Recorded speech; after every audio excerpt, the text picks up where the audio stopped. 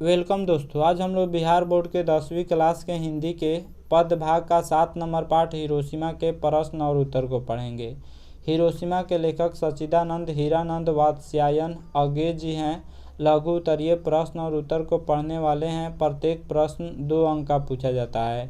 Hiroshima पाठ के video upload कर दिया गया है। प्रत्येक पंक्ति के व्याख्या के साथ अपलोड कर दिया गया है। डिस्क्रिप्शन बॉक्स में प्लेलिस्ट का लिंक दे दिया गया है, क्लिक करके आप देख सकते हैं। प्रश्न संख्या 1 है, कविता के प्रथम अनुच्छेद में निकलने वाला सूरज क्या है, वह कैसे निकलता है। सबसे पहले हिरोशिमा के बारे में जान लेते हैं। हिरोशिमा एक शहर है जो जापान में पड़ता है। द्वितीय विश्व युद्ध के दौरान अमेरिका ने जापान पर 2 बम गिराया। पहला बम हिरोशिमा और दूसरा बम नागासाकी पर गिराया। पहला बम का नाम फैट मैन था और दूसरा बम का नाम लिटिल बॉय था, जिसमें लाखों लोग मारे गए। जब बम गिराया गया हिरोशिमा शहर पर तो चंद मिनटों में लाखों लोग मोम की तरह पिघलने लगे और सब मौत के घाट उतार दिए गए। तो उसी विनाश लीला के बारे में इस कविता में बताया गया है। पहला प्रश्न है, कविता के प्रथम अनुच्छेद में निकलने वाला सूरज क्या है, वह कैसे निकलता है। तो यहाँ पे निकलने वाला सूरज जो है वास्तविक सूरज नहीं है जो आसमान से निकलता है, बल्कि बम रूपी सूरज है जो धरती से फटता है। इसका उत्तर होगा, कविता के प्रथम अनुच्छेद में निकलने वाला सूरज आणविक बम का प्रचंड गोला है।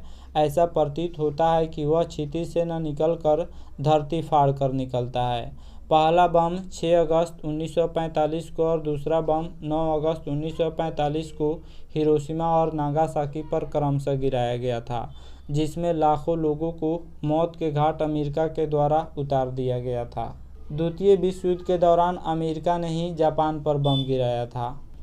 अगला प्रश्न है, मनुष्य की छायाएं कहाँ और क्यों पड़ी हुई है। इसका उत्तर होगा, मनुष्य की छायाएं हिरोशिमा की धरती पर सब ओर दिशाहीन होकर पड़ी हुई है। जहाँ तहाँ घर की दीवारों पर मनुष्य छायाएं मिलती है। टूटी फूटी सड़कों से लेकर पत्थरों पर छायाएं प्राप्त होती है। अमेरिका ने जो बम गिराया हुआ है हिरोशिमा पर, उसका निशानी आज भी है।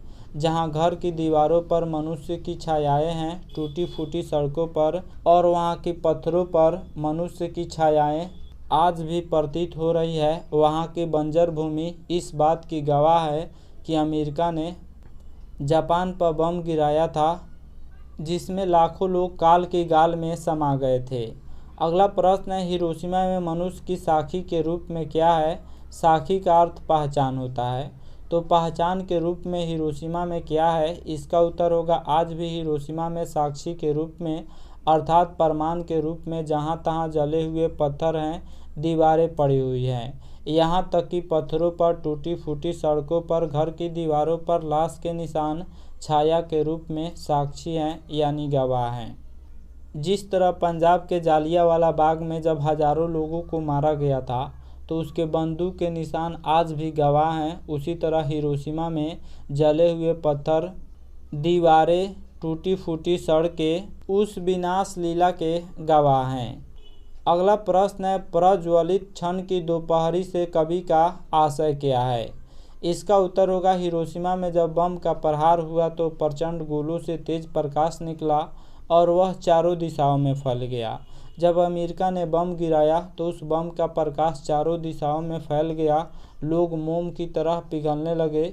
इस अप्रत्याशित प्रहार से हिरोशिमा के लोग हतप्रभ रह गए। उन्हें ऐसा लगा कि धीरे धीरे आने वाला दोपहर आज एक क्षण में ही उपस्थित हो गया। एक क्षण में ही लाखों लोगों को मौत के घाट उतार दिए गए। अगला प्रश्न है, हिरोशिमा कविता से हमें क्या सीख मिलती है। हिरोशिमा कविता से हमें क्या शिक्षा मिलती है। इसका उत्तर होगा, हिरोशिमा कविता मानवीय संवेदना स्थापित करते हुए चेतावनी के रूप में प्रस्तुत है। इस कविता में आधुनिक सभ्यता की दुर्दांत मानवीय विभीषिका का चित्रण है, जिससे हमें संदेश मिलता है कि हम विकास क्रम में मानवता को नहीं भूलें एवं हिंसक प्रवृत्ति पर नियंत्रण करें, अन्यथा मानव कल्याण की जगह विनाश लीला से धरती तिलमिला उठेगी। इस कहानी से हमें यही शिक्षा मिलती है कि हमें हिंसा से बचना चाहिए, अहिंसा के राह पर चलना चाहिए, हिंसक प्रवृत्ति पर नियंत्रण रखना चाहिए। नहीं तो इसी तरह हथियारों का होड़ लगा रहेगा तो पूरी दुनिया एक दिन समाप्त हो जाएगी। अगला प्रश्न है, छायाएं दिशाहीन सब और क्यों पड़ती हैं, स्पष्ट करें। यह टेक्स्ट बुक का प्रश्न है, 2012 और 2015 में पूछ चुका हुआ है।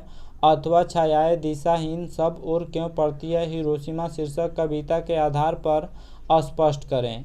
इसका उत्तर होगा, सूरज के उगने से जो भी छाया का निर्माण होता है वे सभी निश्चित दिशा में, लेकिन बम विस्फोट से निकले हुए प्रकाश से जो छायाएं बनती है वे दिशाहीन होती है, क्योंकि आणविक शक्ति से निकले हुए प्रकाश संपूर्ण दिशाओं में पड़ता है, उसका कोई निश्चित दिशा नहीं है। बम के प्रहार से मरने वालों की छत बिछत लाशें विभिन्न दिशाओं में जहां तहां पड़ी हुई हैं। ये लाशें छाया स्वरूप है, परंतु चारों ओर फैले होने के कारण दिशाहीन छाया कही गई है।